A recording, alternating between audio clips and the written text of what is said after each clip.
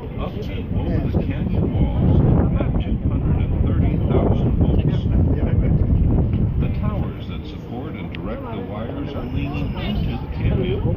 These are cantilever towers, designed to ensure that the wires do not touch the walls of the canyon and short out.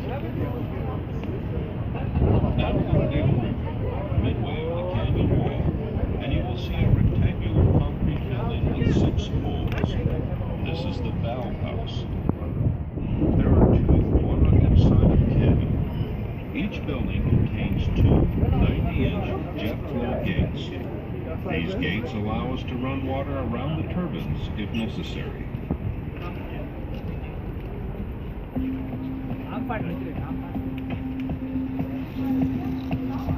Above the valve houses, stretching across the canyon, are 6 3.5-inch diameter cables.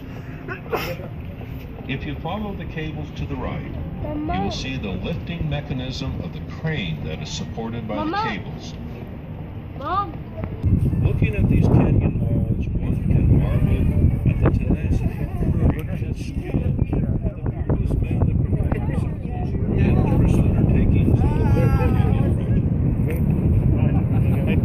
These brave characters, called high scalers, swung from the top of the canyon walls by a single rope on a bosun's chair, drilling, blasting, and chipping away at the rock.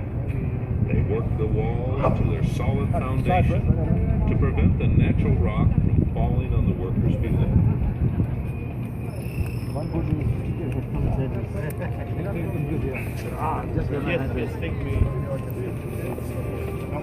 It has been said that in the shadow of Hoover Dam, one feels that the future is limitless, that we have in our